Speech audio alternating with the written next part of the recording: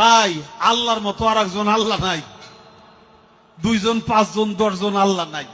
তোমার মতো আরো 10টা 20টা আল্লাহ, 200-400 আল্লাহ যদি আরো বানাই দিতে, তাহলে তোমার আরো দাম বাড়তো। যার বিন্দু মাত্র আল্লাহ সম্পর্কে আইডিয়া আছে, সে কোশ্চিন কালো এ কথা বলতে পারে না। তো দেখেন, আমরা পবিত্র কোরআন থেকে এটার দলিল নিয়ে আসি।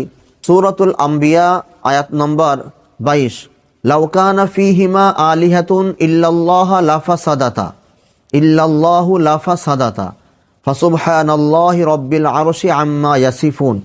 আল্লাহ রাব্বুল আলামিন পবিত্র কোরআনের ভিতরে বলেন যে আসমান এবং জমিনের ভিতরে যদি এক আল্লাহ না হয়ে একাধিক আল্লাহ হতো, নাউজুবিল্লাহ, তাহলে আসমান এবং জমিনের এবং এটার ভিতরে যা কিছু আছে, এটার যে কার্যক্ষমতা আছে, এটার যে জীবন যাপনের কর্ম ব্যবস্থা আছে, দুনিয়ার যেই চলার গতি আছে, এই গতিটা শেষ হয়ে যেত। তার মানে হলো বিরোধ হতো। আল্লাহ পাকই নিজে বলছেন, দেখো তোমরা অনেকে হয়তো বা মনে করছো যে একাধিক আল্লাহ হলে ভালো হতো, কিন্তু এটা তোমাদের সম্পূর্ণই মূর্খতা, ভুল। কারণ আল্লাহ যিনি, উনি একাই হন, আল্লাহর কোনো দ্বিতীয় হয় না। আল্লাহ যে শব্দটা, এটা মানি এক, এটা দ্বিতীয় হয় না।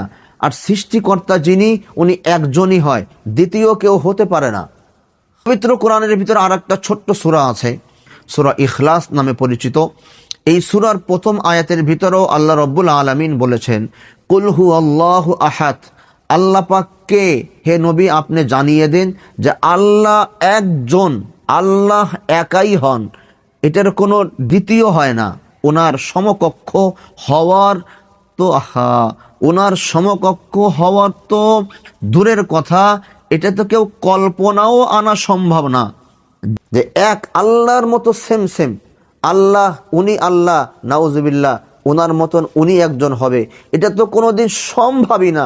কল্পনার জগতেও আনা সম্ভব না যে তার মতন তিনি, নাউজুবিল্লাহি মিন যালিক। আল্লাহুস সামাদ, তিনি বেনিয়াজ, অমুখাপেক্ষী, তিনি কারোর ধার ধারেন না।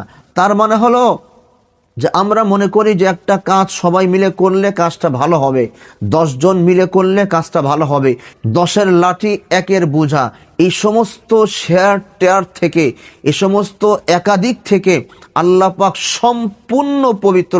সুবহানাল্লাহ, আল্লাহুস সামাদ, আল্লাহ বেনিয়াজ, এই সমস্ত মুখাপেক্ষী আল্লাহ পাক না। আল্লাহ এক, কুল হুয়াল্লাহু আহাদ আল্লাহুস সামাদ লাউ কানা ফীহিমা আলিহাতুন ইল্লাল্লাহু লাফাসাদাতা।